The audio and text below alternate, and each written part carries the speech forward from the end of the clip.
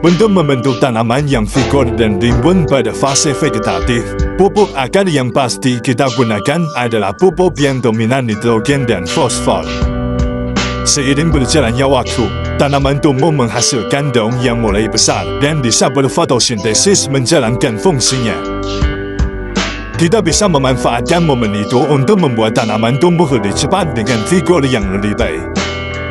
Nanti juga akan berdampak pada hasil yang baik pula pada fase generatif.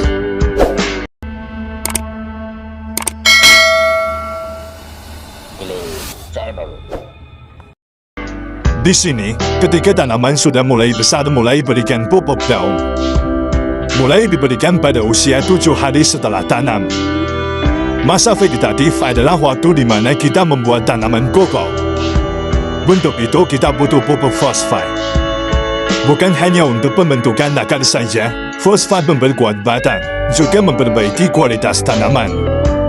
Apalagi pada saat musim hujan, di mana kita harus membatasi penggunaan pupuk nitrogen agar meminimalisir risiko terserangnya penyakit oleh jamur. Fosfor yang diberikan sebagai pupuk akan bergerak lebih lambat dibandingkan dengan pupuk nitrogen atau kalium.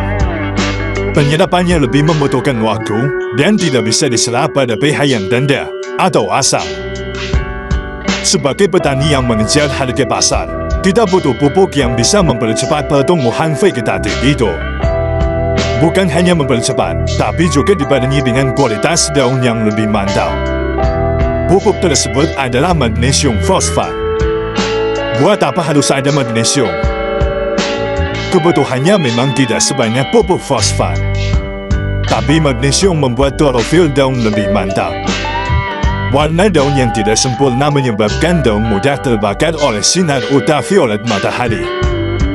Magnesium juga memegang peranan utama dalam transportasi fosfor dalam tanaman. Kandungan dalam organfol merupakan magnesium pirofosfat 43% yang setara dengan 26% fosfat. 3.300 ppm magnesium oksida, dan 4.200 ppm hara besi dalam bentuk eta yang siap serap.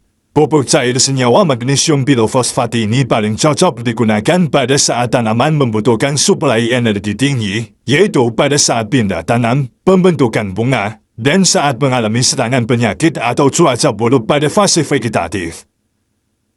Keunggulan pupuk ini adalah pada bentuknya yang merupakan ortofosfat, instan dan mudah bereaksi dengan zat-zat organik di dalam tanaman sehingga lebih siap dan cepat dimanfaatkan.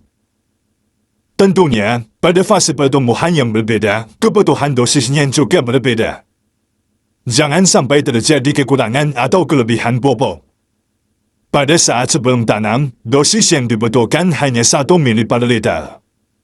Meski dikenal sebagai pupuk daun, tapi karena pada saat pindah tanam daun masih terlalu muda untuk menyerap nutrisi, aplikasinya diberikan dengan cara semprot atau siram pada lubang tanam. Masuk pada usia 7 HST, mulai kita aplikasikan sebagai pupuk semprot pada daun, dosisnya hanya 0,5 ml per liter saja. Di lain kondisi, misalnya pada musim kemarau juragan mau sekalian menyiram tanaman, aplikasinya bisa dengan cara kocor tapi dalam dosis 2 ml per liter. Sementara untuk tanaman yang menjelang berbunga dan berbuah, semprotkan pada daun 7 hari sekali dengan konsentrasi 1 ml per liter. Untuk kocor dosisnya 2 ml per liter saja. Kalau juragan takut akibat penyemprotan malah membuat bunga menjadi rontok, maka pakai cara kocor saja.